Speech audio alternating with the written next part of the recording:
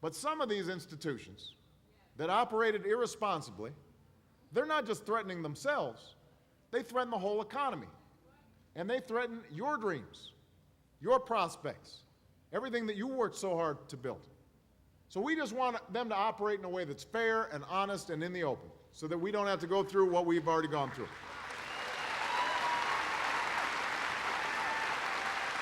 We want to make sure the financial system doesn't just work for Wall Street, but it works for Main Street too. It works for Quincy.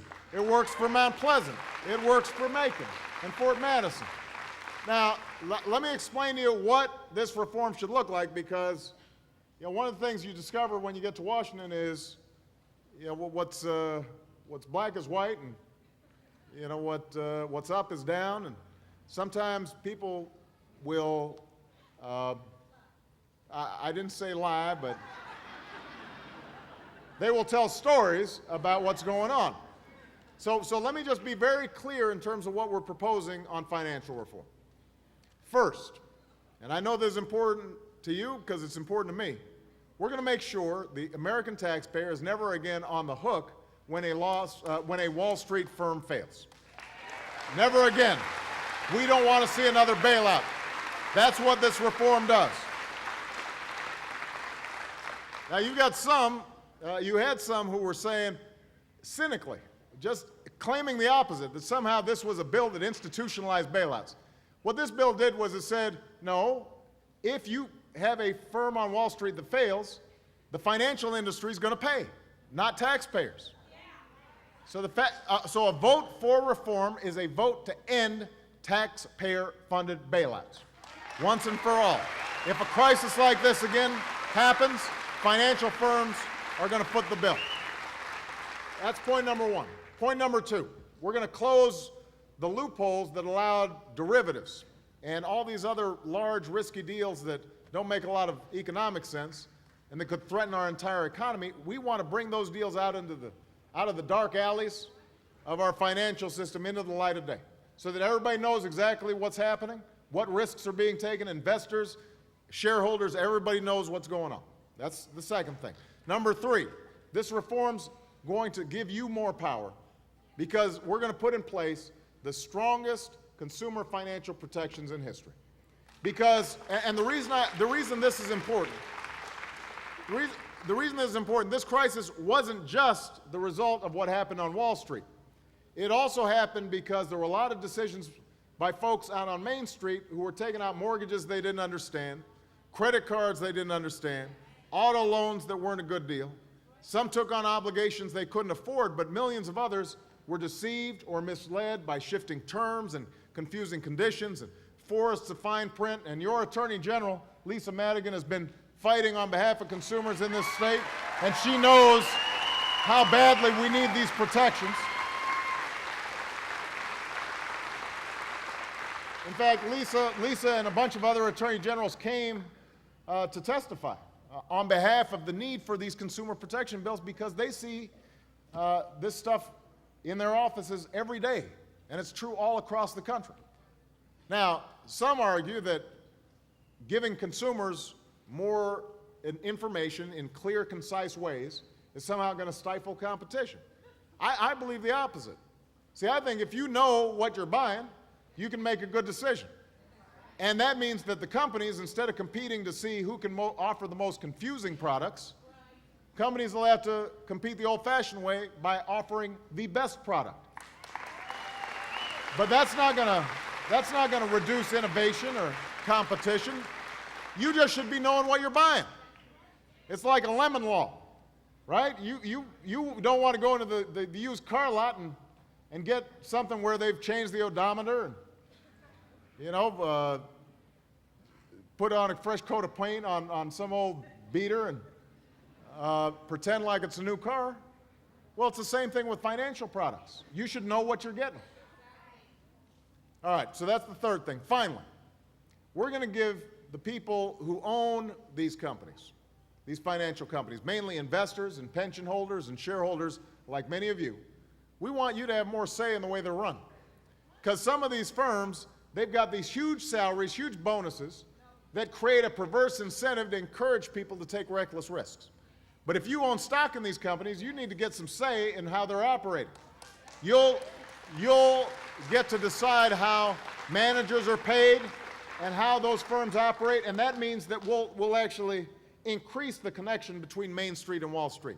They'll be more accountable to you. So that's the reform that we put forward. These are the reforms that we're putting forward. Accountability, which means no more bailouts. Closing loopholes, no more trading of things like derivatives in the shadows. Consumer protections, no more deceptive products. A say on pay, so that we give shareholders a more powerful voice. That's what we're trying to do. Now I don't think this should be a partisan issue.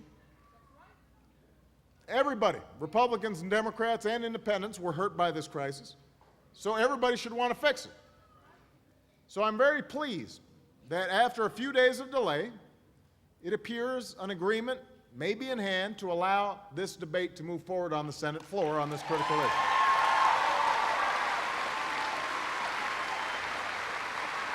I'm very pleased by that. And I want to work with anyone, Republican or Democrat, who wants to pursue these reforms in good faith. And there can be some legitimate differences on certain issues, but the bottom line is consumers have to be protected. We have to end bailouts. We've got to make sure that these trading practices are out in the open. We've got to make sure that people have a say in terms of how these firms operate so they're more accountable. So as long as we're adhering to those clear principles, then I feel okay. What I don't want is a deal made that is written by the financial industry lobbyists. We've had enough of that. We've had enough of that. I want to listen to what they have to say, but I don't want them writing the bill. I don't want Democrats and Republicans agreeing to a bill written by them, for them. I want a bill that's written for you, for the American people.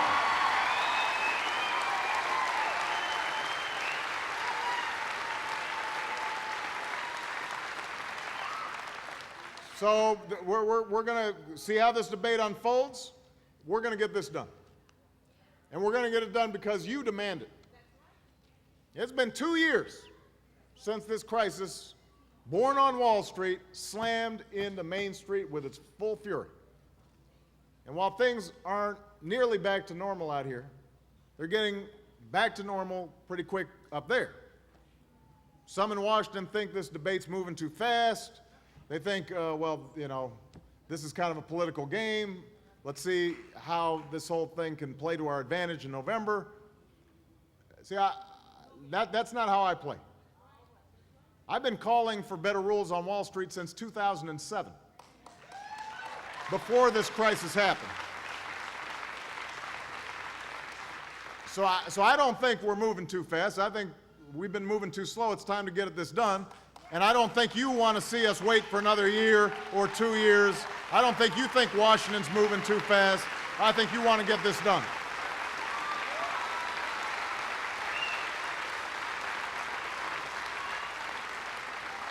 You shouldn't have to wait another day for the protections from some of the practices that got us into this mess. We can't let the recovery that's finally beginning to take hold fall prey to a whole new round of recklessness. If we don't learn the lessons of this crisis, we doom ourselves to repeat. And I refuse to let that happen. So the time for reform is now. Quincy, let me just say this.